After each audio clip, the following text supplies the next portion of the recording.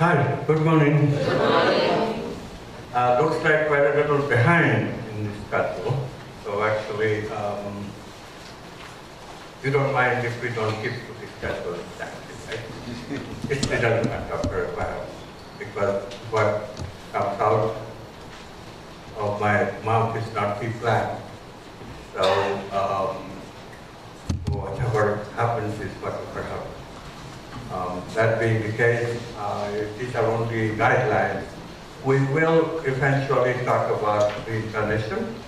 We will eventually talk about quantum psychology. Right now, we have to pick up some stuff that we did yesterday. But the purpose of this workshop is to arouse in you a living example of how our potentialities are, and then give you tools that will allow you to live this way, and also tools for making your livelihood in this way. So, this is not a course in which we have specific things that we have to learn. Learn to live with the different challenge altogether. Our objective is to pick up the basic knowledge, right thinking, and we have to finish that before we go to right thinking. All right? Thank you, and let's continue the way we are continuing. Is the voice microphone is behaving properly? You are all hearing me? Yes. Good. Huge thing that happens when you shift and realize that we are that consciousness. Now I agree that not everybody, all of you have reconciled that yet. But how many of you feel comfortable with the idea that you could be all there is? This world could be your design. How many of you are comfortable with it? Many people get very afraid. Good. So if this world was you, the thing to be fearful of is that, am I able to handle the responsibility of this world?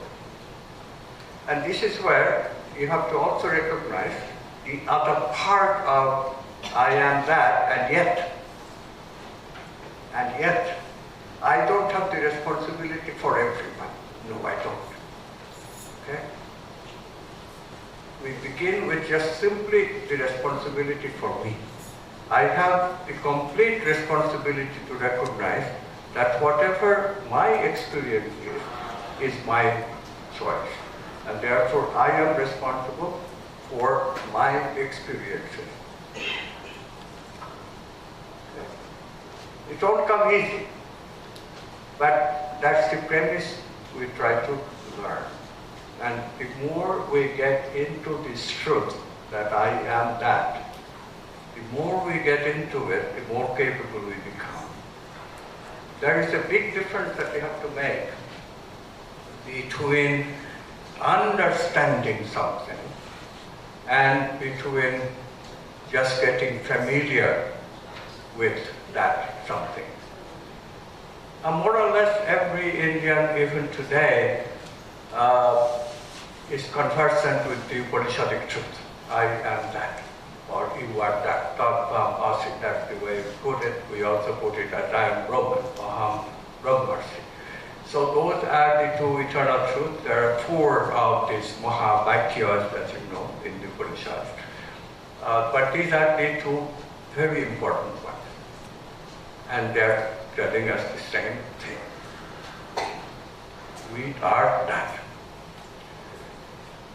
So one thing that happens, of course, is that we are familiar with the concept. And familiarity is good. It makes it easier to accept. But familiarity is not understanding. Familiarity can help. It can also hurt. Because one thing that happens, this is the adage, familiarity brings contempt. Because we see constantly proof that no, I could not be that because my intentions don't come true. I cannot really choose. I constantly find that really the choice is up to different people. I have a job, the boss tells me what to do. I really don't choose what I do at home. Other people tell me what to do, what to eat, how to behave, what to wear. Constantly we find evidence that we don't have the choice.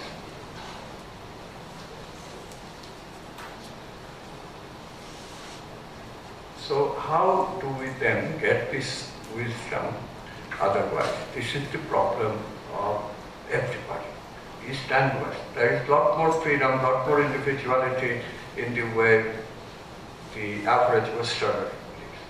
In India, there is a lot more constraint from society, from family, from people around us, because we live still with a joint family structure. Many of you live with parents still, because they are old, they have to be taken care of. These are things with pros and cons. The American culture decided to be very individualistic for some time, especially since the 80s. That also has pros and cons. So in a way of looking, an average American has more freedom, more personal freedom. But it's only a mirage. The freedom they have is the freedom to do things which are inconsequential, really. I call it ice cream consciousness. You go to an ice cream shop, and the ice cream man asks, what flavor would you like? And you said to yourself, well, I really like chocolate, but today I'm feeling a little adventurous. After all, I am that, so let me try out if I really have freedom to choose. And so I will choose licorice, which is a very peculiar taste. I never have tried that. So you take licorice, and if licking licorice ice cream gives you the feeling you are that, great. But it's not very much freedom, right? People still fight for this freedom. People fight for this freedom, even this much freedom sometimes. You know, you are all born after the partition, I presume, or most of you, but I was born before India got freedom. And so I know how it is to live in a foreign dominated country. My mother went with, Gandhi was visiting this small town or close by. So my mother went to simply march with him, and she got put in jail. Did not have the freedom to simply work with a person of my choice. I have lived through that. So even this much freedom is to be respected. But still, what is real freedom? This is the subject of today. What is real freedom? How do we access real freedom to choose? And then how do we know that we are exercising real freedom to choose? If we discover the secret here, then we have discovered a major ingredient of the quantum worldview. You will see that quantum worldview has three major ingredients. Two of that you already have. One is the non-locality, concept of non-locality. And once you understand the wave-particle duality, you are already situated in that concept of non-locality, signal-less communication. We are connected with each other through an avenue where there is no speed limit. All we have to do is to drive our car in that avenue whenever we can. Non-locality. The second one, tangled hierarchy. Our brain is constructed in such a way that it has a circular situation, causal situation in itself. And therefore, when consciousness tries to choose from the states of the brain, it gets caught. In that way, brain makes a representation of consciousness. And this is the way that we become aware that we are conscious beings. This piece of paper, is it conscious? Yes, it is conscious, but it cannot be aware of its own consciousness. That's the difference between me and this. even a living cell, yes, it is conscious and it does make a representation of consciousness. There is a tangle hierarchy even in the living cell, protein and DNA. We'll talk more about it when we talk about evolution. But the experiences that a living cell has, because of its relatively simple nature, are not as profound as the human body permits. This is very important to recognize.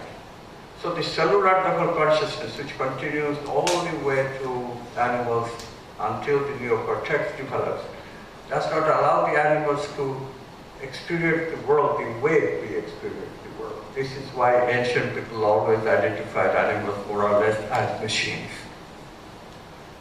More or less their circuits, body circuits, brain, neocortex, less brain permeates. It's conditioned action. We say animal instinct. So when we say that we give up animality and become human, what we mean is that all of a sudden we have this I-ness that comes from the neocortex, brain, and that makes us able to have experiences both of local variety and also of that non-local wholeness. So that's this strangled hierarchy then is very special.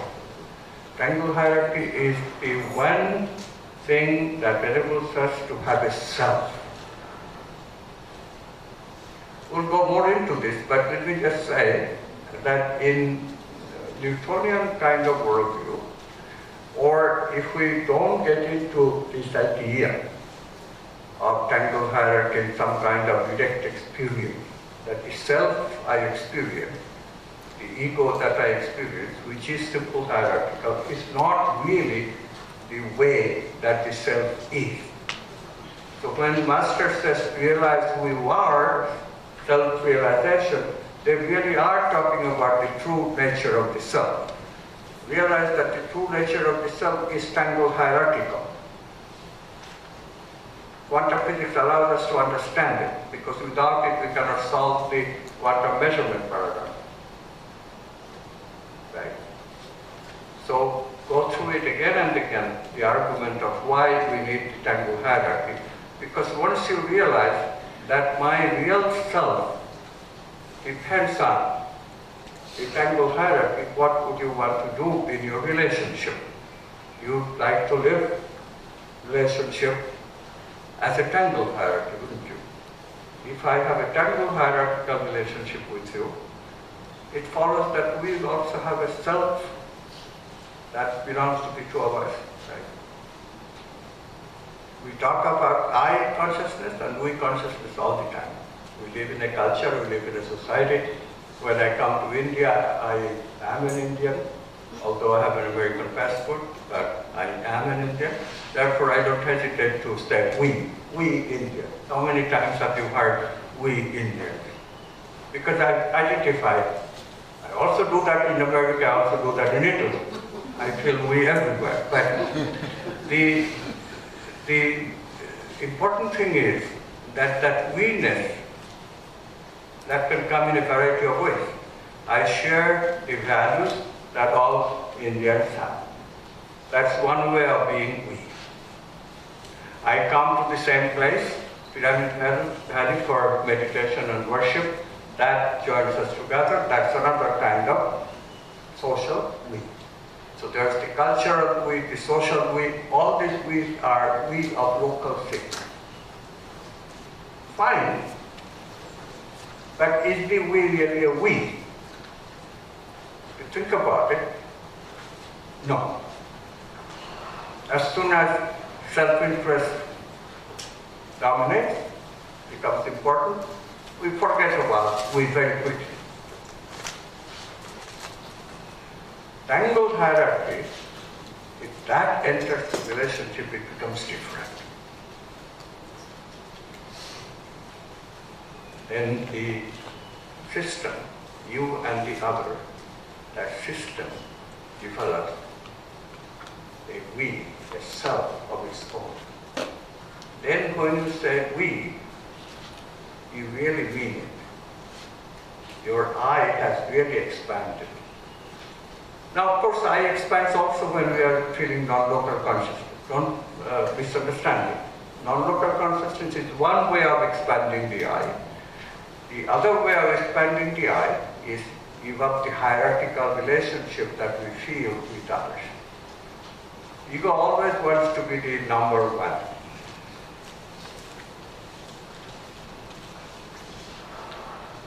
Have you seen how when you talk with people and somebody is saying something that you don't like, how quickly you interrupt?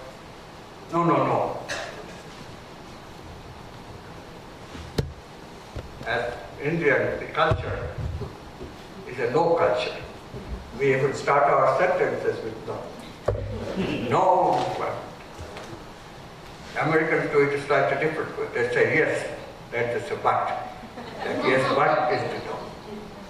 And here we start with the no straight. No. No. That no is saying no to the we. So, you know, these are just tactics, how we can gradually develop a tangle hierarchical sense. Give up that no if you can. And give up the yes but if you can. Those are ways that we are negating the other. But this is not tangle hierarchy, obviously. To build a tangle hierarchical relationship or to build non-locality with another, we really have to learn another concept, another process. To really have our intentions come true, it's not enough to do the intention setting the way we did yesterday. That's not enough. That's a preparation. That's part of it. But it's not enough. It does not have any assurance that your intention will come true. But there is a process that must follow our intention setting. If we follow that process, this is the creative process that I'm talking about. If we follow this process, nothing in the world can stop us from fulfilling our intention to fulfill our potential. We can have tangle hierarchical relationships with others. We can have non-local relationships with a lot of people all at the same time. Tangle hierarchy, after all, requires a one-to-one extension of the me. Non-locality is very good because that can give us a we of the assembly. This is why all these spiritual traditions always have the concept of Sangha, community, churches, in Christianity, mosques, in Islam, synagogues, in Judaism, Buddhist Sangha. All of these are examples of that community. What happens? People come together, they meditate. Today, our technologies are so advanced that we can verify, and we have verified. My friends in the West, some of them carry a pocket instrument called the random number generator. You can carry it in your pocket. And then what this does is that it gives you arrays of random numbers because there are radioactive processes that go on in the system. And the computer converts the random events of radioactivity into random arrays of two numbers, 0 and 1. So if there is randomness, then there will be equal number of zeros and ones, roughly speaking, with a small deviation that can be calculated. Random number generator, an instrument that throws out random numbers at you. Now randomness is a good example that there is no choice. Quantum physics supports that, right? There is always this bell curve probability distribution. That's what quantum physics guarantees. For a large number of events, large number of things, we can count on that the prediction is there, it's controlled. It has to be according to that law, and it would be like random as suggested by quantum physics itself. So quantum behavior becomes random behavior for a large number of events or things. But then we are saying individual behavior, there is choice. How do we know? So if there is a lot of that choice, then the random number generators would behave non-randomly. Opposite of randomness is this ability to choose. When you exercise that ability, then the random number generator's behavior must change. And when do we exercise that ability truly? When we are connected to that non-local consciousness. When I'm connected to that, then I choose, right? So, Dean Radin, a parapsychologist in America, he first did the experiment, and he found that in an assembly like this, the behavior becomes non-random. The deviation is much too much compared to what can be predicted, deviation from randomness.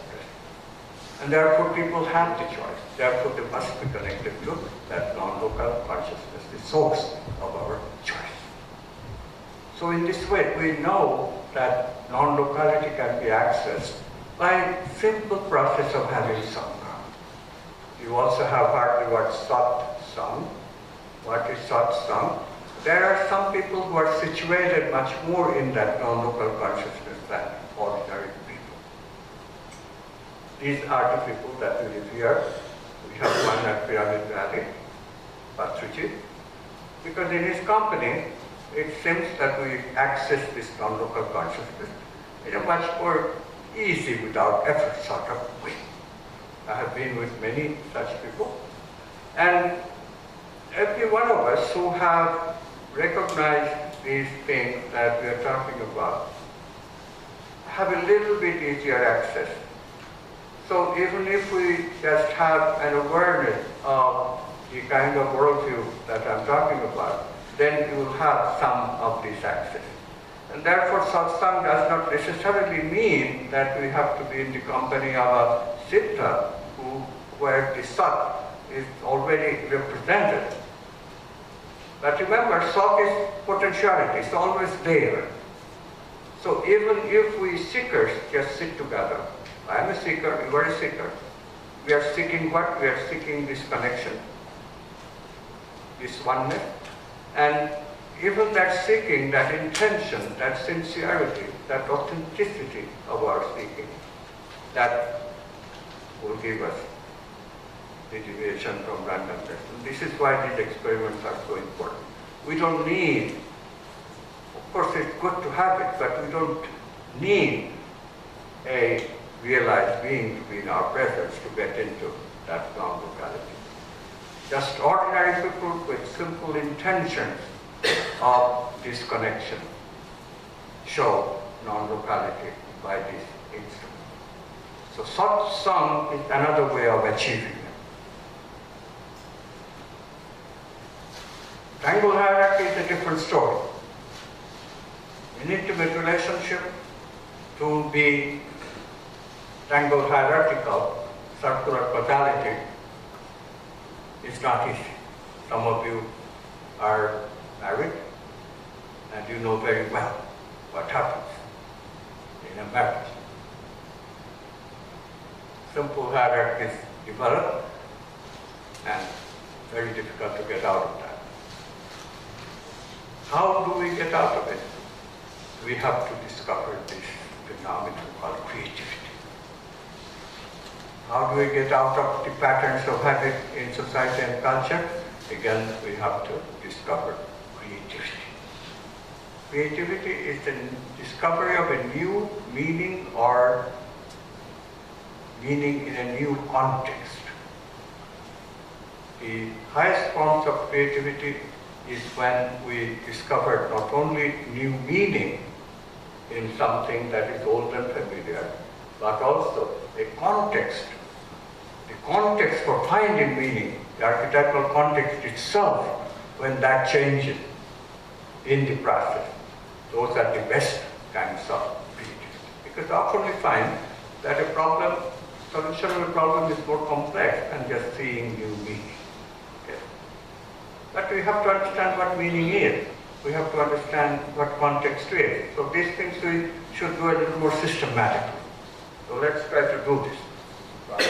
We go up there.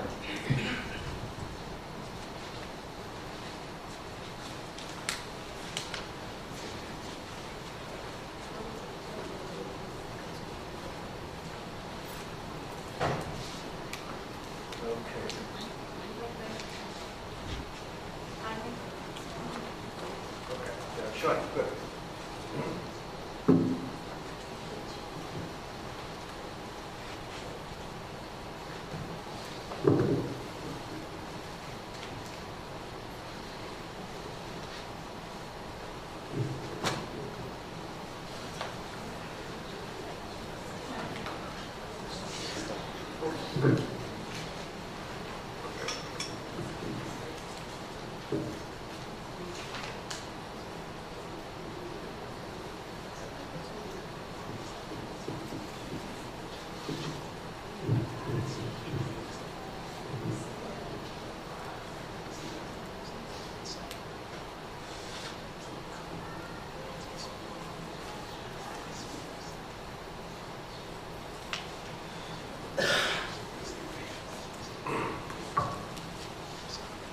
So these are the stages that you have to understand. The process is discovery of new meaning. We have to understand meaning of meaning itself. And but the process is this 4 stages of the process. And this we have to understand, this we have to go through, and this is the task for this morning session. This is our key to achieving knowledge that matters. Knowledge that does not matter is very easy to get. Today we live in a society where many pieces of knowledge can be broken down into what we call digital processing, and then it just becomes information. All the knowledge that you tend to get without understanding can be called information. For example, you took a quantum activism workshop in Pyramid Valley International in Bangalore. What is it? It's just information. It can be broken down digitally, it can be recorded in computer, it can be put on the internet, and you can process a lot of it. In today's culture, what we call the millennial generation, people who were born after 1980, this is what they do mostly. They convert knowledge into information. And the wisdom is that you don't need to understand anything. All you need is the information and how to process that information, how to retrieve that information. It's there on the internet. You look it up. You look up my name, Amit Goswami, on the internet, or consciousness, the word consciousness, you type in and Google it, you'll find there will be consciousness, talked about consciousness, and my name will be mentioned, and you will see quantum physics and all these ideas that I propound, and you'll see a fair description of it. What do you learn from this? Information.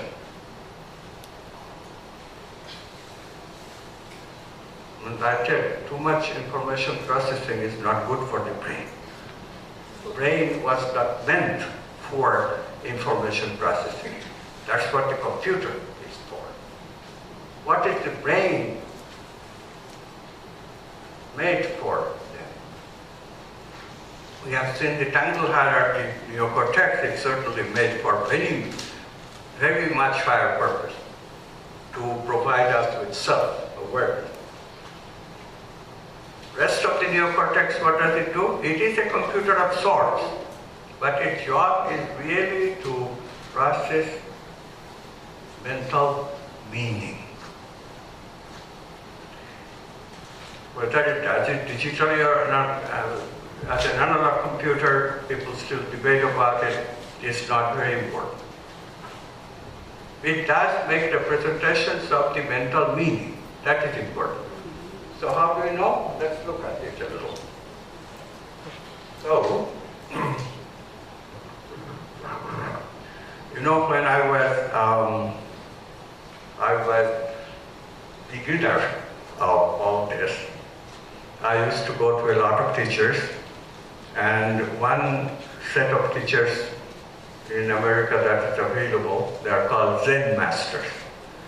Zen Buddhism is a form of Buddhism, slightly different from the original Indian Buddhism. Indian Buddhism went to China, became mixed with Lao Tzu's ideas of Taoism, and then produced a Buddhism that's called Chan Buddhism, in sort of Chinese kind of Buddhism. And then that Buddhism went to Japan and became very influenced by the Japanese religion, Shinto. And that produced another version of Buddhism. Basic stuff is the same, but the practice is somewhat different, called Zen Buddhism. So I was very attracted to Zen because Zen people talk like quantum physicists. I'll give you an example. They would say, what is the sound of one hand clapping? Have you heard that one? What is the sound of one hand clapping? What do you think? I asked this of an assembly, and one fellow was very smart. People more or less were a little puzzled. What is the sound of one hand clapping? Everybody knows it takes two hands to clap. But this fellow came up to the podium. There, one hand clapping.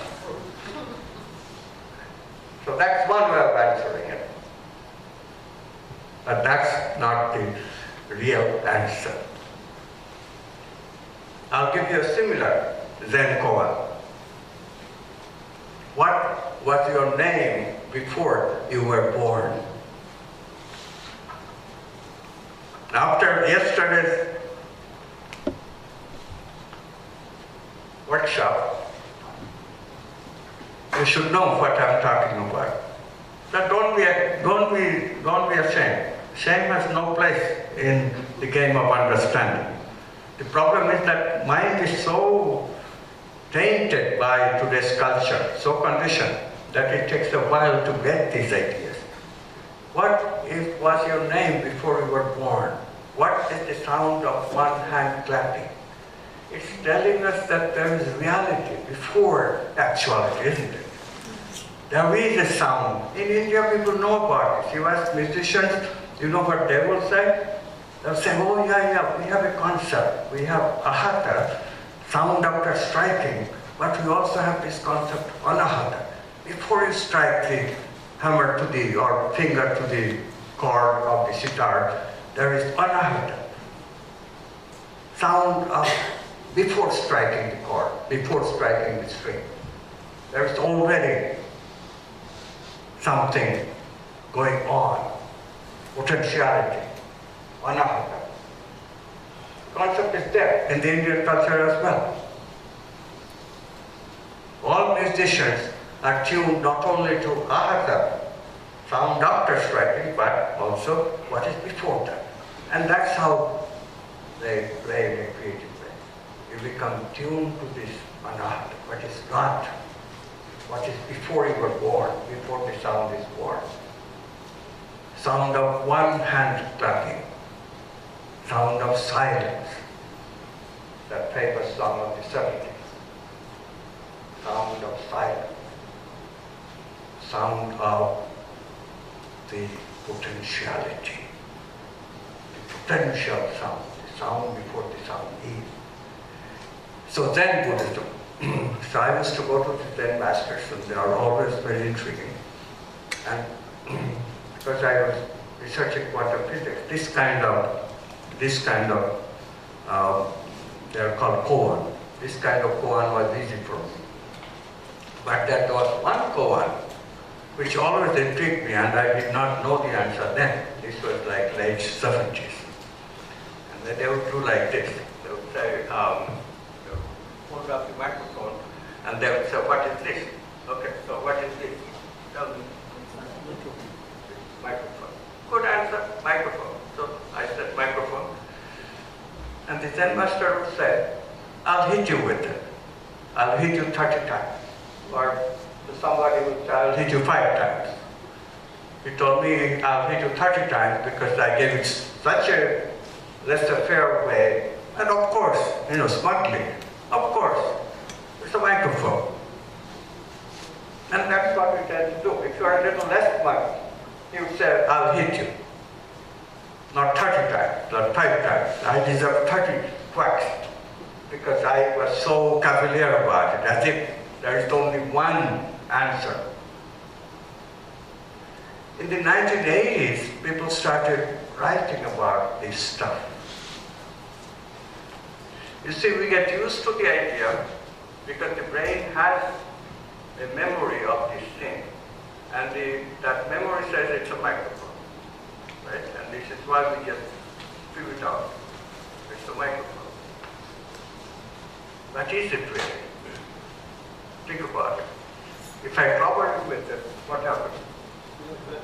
You get hurt. If you give me a nail, I can put a nail on the wall with this microphone. Believe it, it's pretty sturdy. It's a solid metal. Right? So it's also a hammer, isn't it? I can use it to draw a line. It's a ruler. I can use it to measure the length of the table. It's a scale. A physics student once was present in this Zen kind of thing, and the physics student gave the marvelous answer, which is that this is the barometer. Barometer. Things that measure the atmospheric pressure. How come? Because it is a fact that if I drop this microphone from this side and it falls to the ground, by measuring the time it takes to fall to the ground, I can figure out the atmospheric pressure at this height. Barometer. So where is the concept that we started with, that it's a microphone? It's recorded in the brain. It's brain's habit to put one-to-one meaning on things.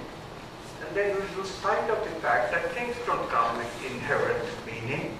There's no inherent meaning programmed into this. There is nothing like that. It's a habit.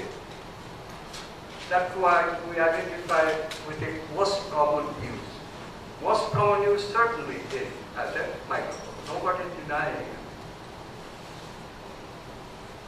So as we start recognizing that it may not be what it seems to be, and we do it by using analogy, then we use metaphor, and we deviate from this idea of one-to-one meaning of things. And then it becomes clear that the brain is just making representations of meaning. Brain is not the meaning giver. The philosopher who figured this out, the first one, his name is John Searle. When I get up, I'll write down Searle's name. Searle. John Searle, an American philosopher. His idea was that computers cannot process meaning. Those of you who have a computer background, you can readily appreciate it, because suppose you try to build a computer which can process meaning, right? From scratch. But do you see that then you have to have a dictionary of sorts that will remind you what the meaning is?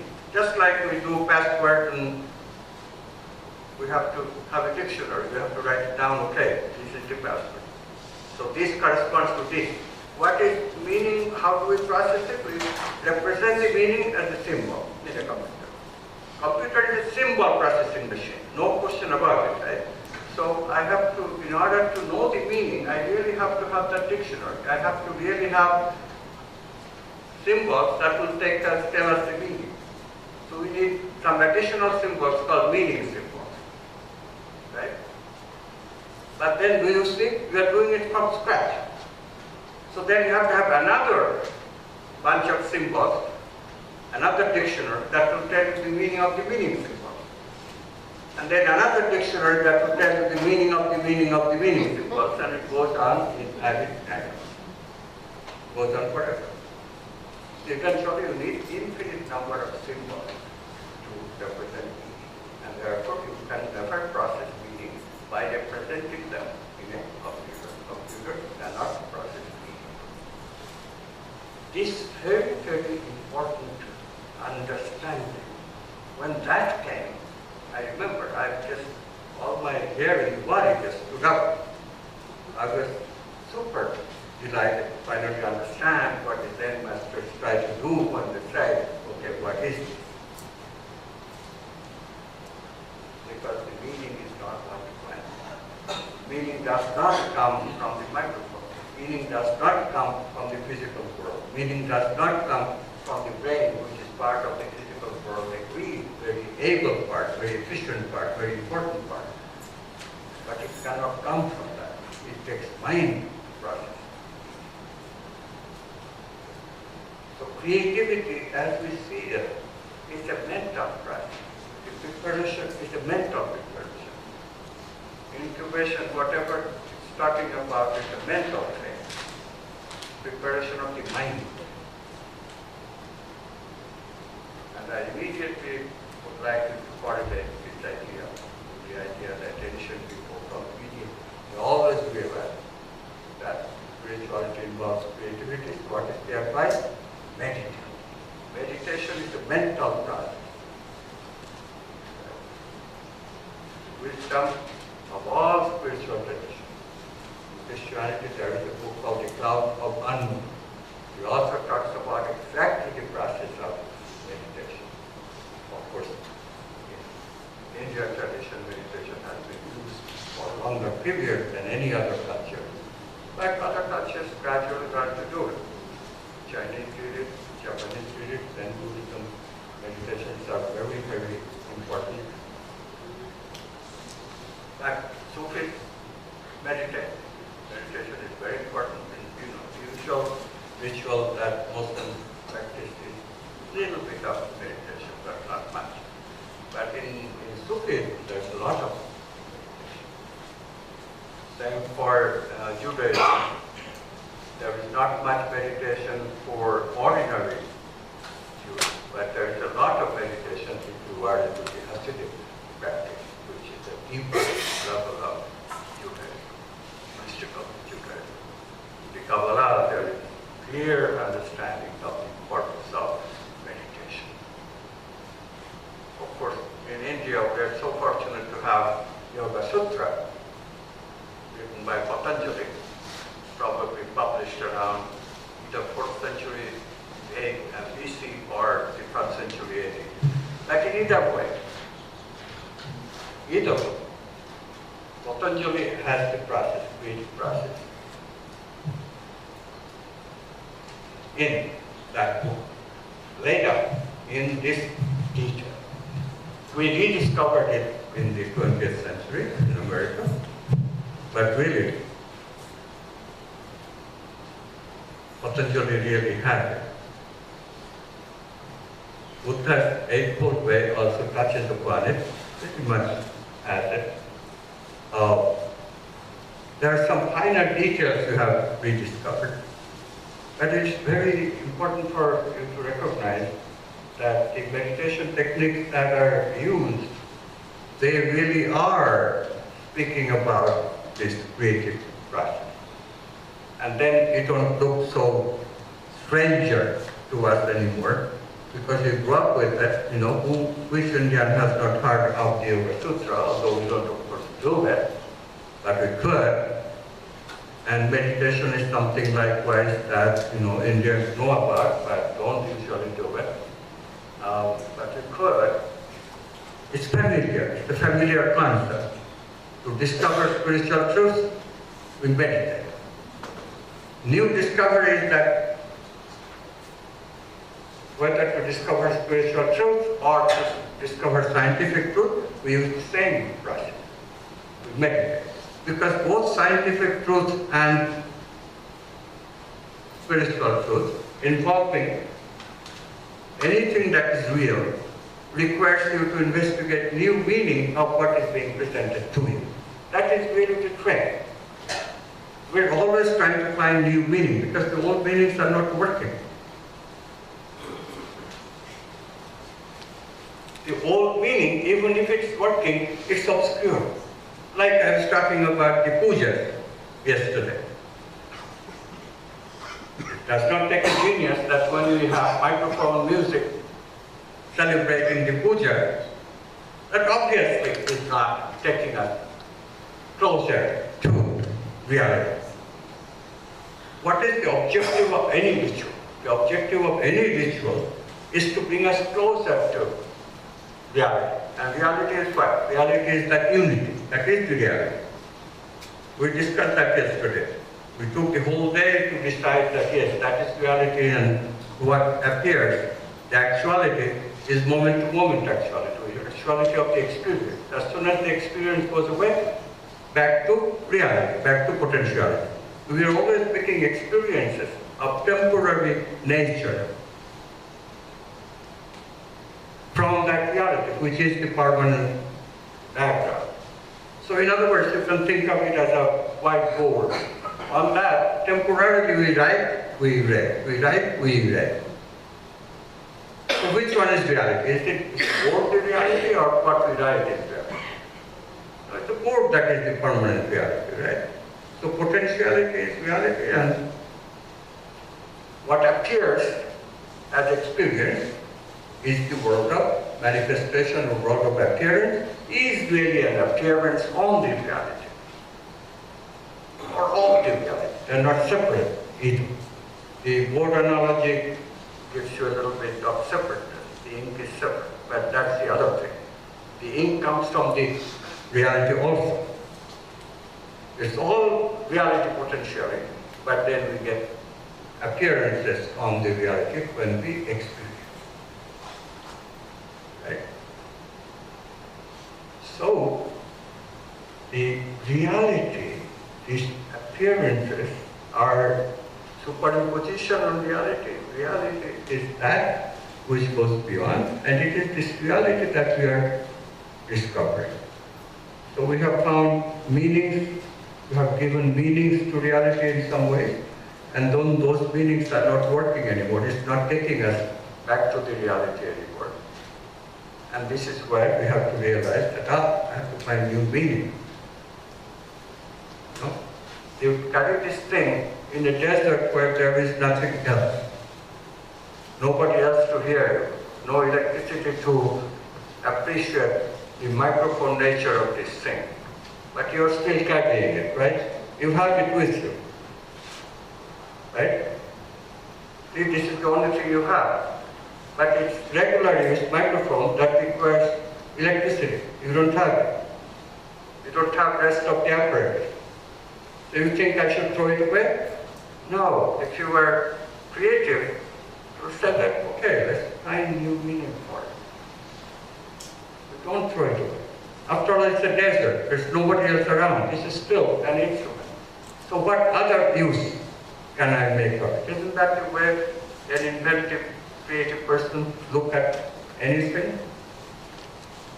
So it's similar. We carry our mind, right? Mind has become used to some stuff. But that stuff is no longer satisfying. That stuff is no longer making me happy. So what do? Stuff is the same. I can discard this stuff. Some people commit suicide. They say that, well, this life is not worth living anymore. Suicide. Let's get to the next life. Not a bad approach necessarily. I don't judge people who give up. But we can also ask, but okay, stuff is still there. Can I find new meaning for this stuff? Can I use myself in making my living in a different way? Can I think in a different way? Can I shift meanings of the same stuff that I have been using, but not the usual meaning, but a different meaning for myself? You see what I'm getting at? If we orient ourselves to these new meanings, and especially if the context with which we use the meaning. Context is very important for the meaning, right? That's why in grammar we have the concept of contextual meaning. Meaning depends on the context. You use a word, like you say, the ass is a domestic animal. What do you mean? Ass, donkey, is an animal, name of an animal. But if you say, Amit, you are an ass, what do you mean? You mean I'm an idiot, right? So the context, the words that are around the word ass, determines what is the meaning of the word that I mean. Context is everything. You saw that picture of old woman and young woman. The artist called the picture my wife and my mother-in-law. You see the wife, if you look at one context, one angle, you see the mother-in-law from another angle. What does that tell you? This is the way we become used to with our wife. Sometimes we see the wife as a wife, and sometimes we see the mother-in-law kind of thing in the wife. Always criticizing, always telling me what to do, right? Mother-in-law. That wife, that nurturing stuff is gone. That's what I mean, right? And it happens day by day. The context with which you look can change. Creativity is when we purposefully bring in new context for changing my relationship to something that is okay. Yes, please. You spoke about oneness, like the whiteboard is unbelievable, that's oneness, out of which something is manifested. What is this creativity? Is this creativity a part of the oneness as well? Creativity is process. Yeah, go ahead. Say it again, because not everybody has. I'm asking that, so there is oneness, out of which the manifestation is happening, and reality is sprouting, which is happening by the process of creativity. But where is this creativity? Is this creativity part of the oneness, or is this outside? Yes, this is a very good question. Is creativity part of the oneness? And then how do we go about it? Because oneness is what we're trying to achieve. I don't have it. I don't have oneness. So your question is great. So how can I be creative? I don't have that downward causation power. I don't have oneness, and that's my problem. So what are we really doing? It seems paradoxical, right? But stay with it. It is paradoxical. But remember, potentially I do have oneness, right? Potentially. So the process, to just give you a glimpse of the answer, the process is to kindle the oneness that I also have potential. That's why we are doing it as a process. I agree with you. I cannot give you a creative answer because it's not a button pushing that will get me there. I don't have a button, I don't know what a button is. But I do know this. If I use this process with understanding, as you will after this session, then more often than not, and if I use enough time, then always the creative connection will occur and the answer will come. Okay? Yes. The third point here says insight. Like we often have those flashes of insight. Let's get into insight when you come to it. I just wanted you to see the process and that's it. We'll discuss it. Let's discuss one by one because everything has a meaning of it and slowness is good here. But thank you. This is the question that is the crucial question. Your laptop is obstructing what you are saying. We cannot see your face when you are speaking. Oh, that is true. You cannot see my face and it's work.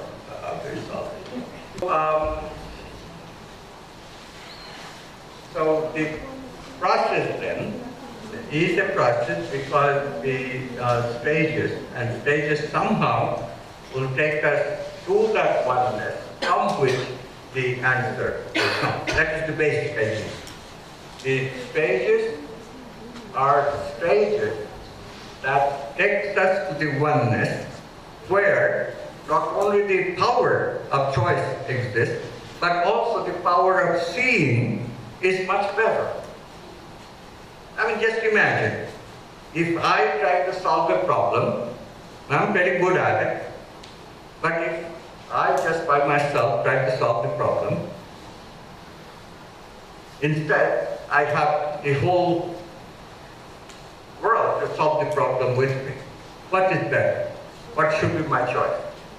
All words, right? Does not take much intelligence why we should use the collective consciousness, the God consciousness as we call it sometimes. But God must not be thought of as an individual, it's the collective. Of course I should use the collective. Right? Makes sense.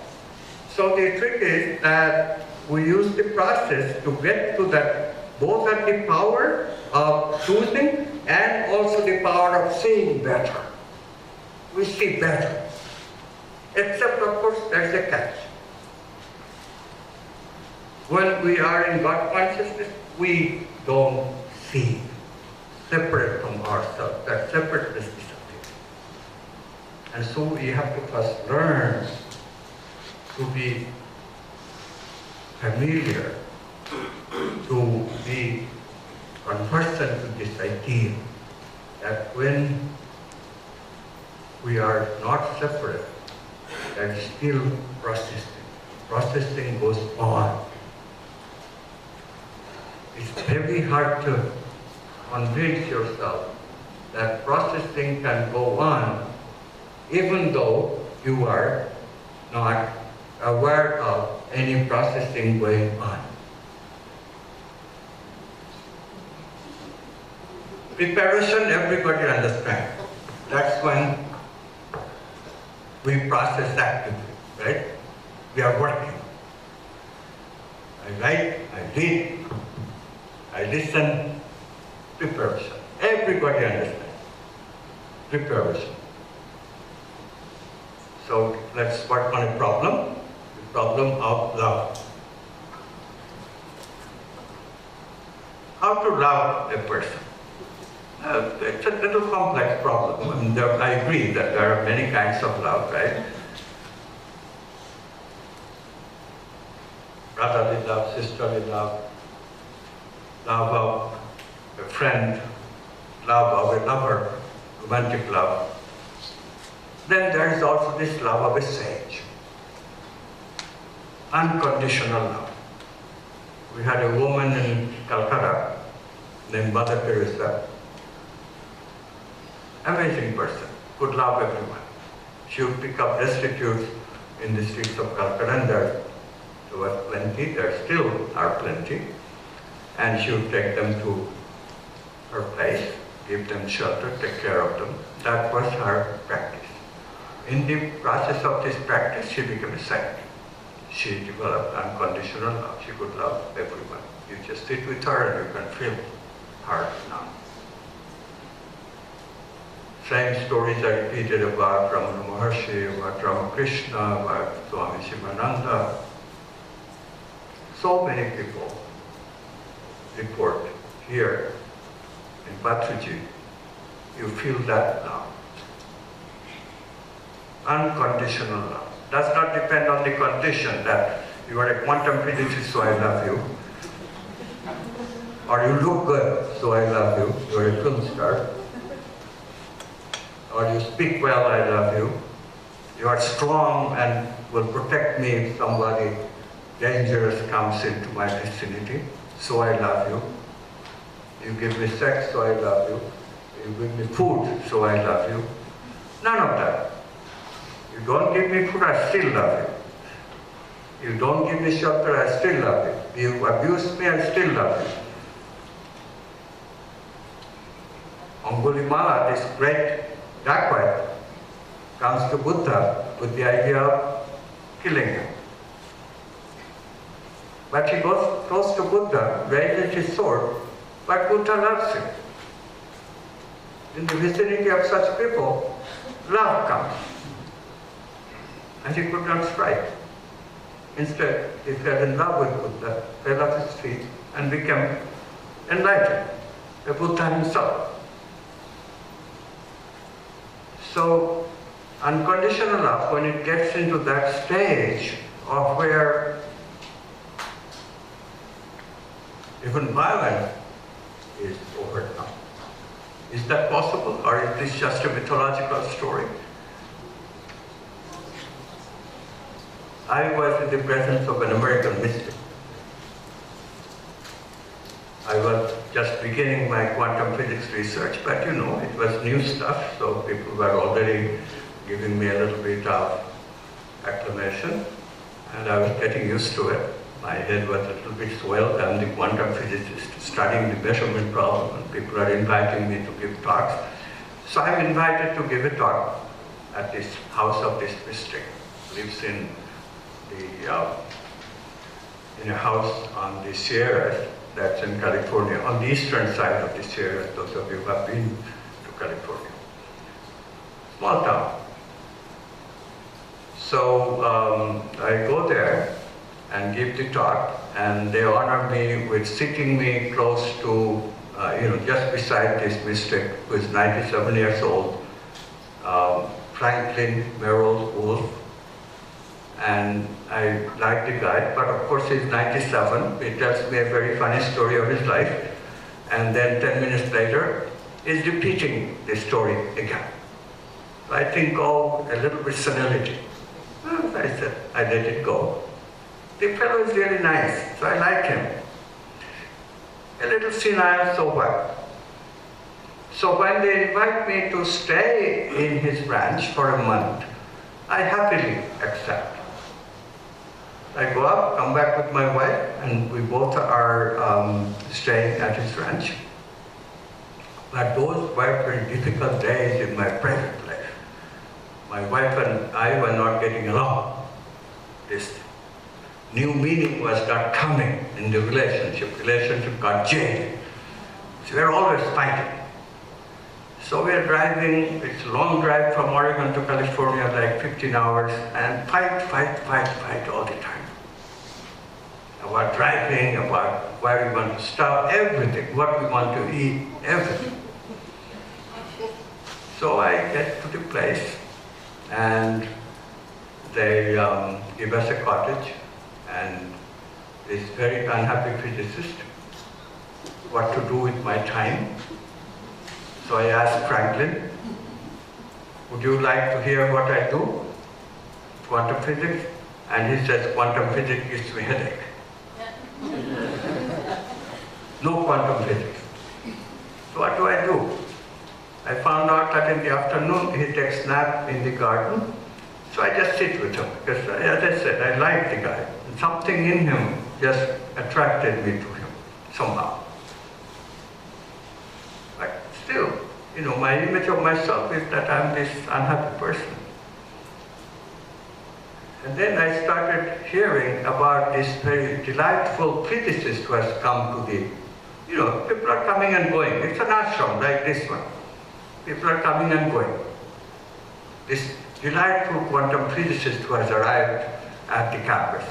So I very much want to meet him. But it's very elusive. Whenever I go to meet him, like breakfast, dinner, I never meet him. But I always hear rumors that there is this delightful quantum physicist who is visiting the ashram. Very puzzling. So one day, I go to breakfast and they're all talking, and as soon as I come, no talking, they're silent. But I knew they must be talking about this delightful quantum physicist. So I said, look, I know you are talking about this delightful quantum physicist who is visiting the ashram, but I never get to meet him. Where is he? And everybody just started laughing and laughing and laughing, and all of a sudden I realized that they're talking about me.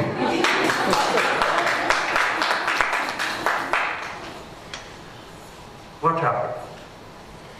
This sage, just his company. So this is why, in the company of a siddha, this is why we have books like in India, in the company of a siddha, in the company of a sat, in the company of a guru. We call them sat guru. Gurus are situated in sat, existence is sat, in non-locality is sat. Amazing experience, unconditional love. In the vicinity of these people, you have induction, like a piece of iron becomes magnet temporarily if you are close to the magnet. By the way, as soon as you left the ashram, it's amazing. Within 5 miles of the ashram, my wife and I broke up into fight together. So the induction was just temporary. But the memory of it helped me wonderfully. So in this way, creativity is the process. See, this induction is not creativity, it's a preparation. It did act as a preparation. It acted to give me the confidence, yes. Can transformation happen? Yes, transformation can happen. I have been there, I have seen. This is why it's so important to see people who are transformed. Because then we know, yes, people can love unconditionally. It's possible. It's possible to love that way. This is why we are planning this university. We want to train people who are emissaries of love because they are already situated into unconditional love. Is it hard? No. Now we know the process. For Franklin, it has been through many incarnations. Well, for us too, but that will come later. But let's just say that if we know the process, obviously the process will help us accelerate the getting there part. What is the new meaning of the word love that I have to discover in order to love unconditionally? Isn't it just seeking a new meaning? The person is the same, people are the same that are trying to love, but we are stuck in those old meanings. Old meanings that I have become used to. The husband comes home, the wife opens the door. And this time, because it's her birthday, she's expecting something special, maybe a gift, maybe a present, maybe a special hug. So she's dressed up, she's looking new. But she opens the door, husband says, "Hey, what's for dinner?" Right? Same old meaning, forgot the birthday. And of course there will be hell later on, but he doesn't know it yet. So we continue to do this. We continue to do this. How can we find new meaning in the same old wife, or same old husband, same old brother and sister, same old friend? So the challenge of love is to find these new meanings. Right? What can we do? And this is the mystery, that it's not all in the doing. It's not all in the doing. Yes, there are things that we can do. A lot of things we can do, and we will. We will get into the practice very soon. We are going to take this very seriously. How to discover unconditional love. The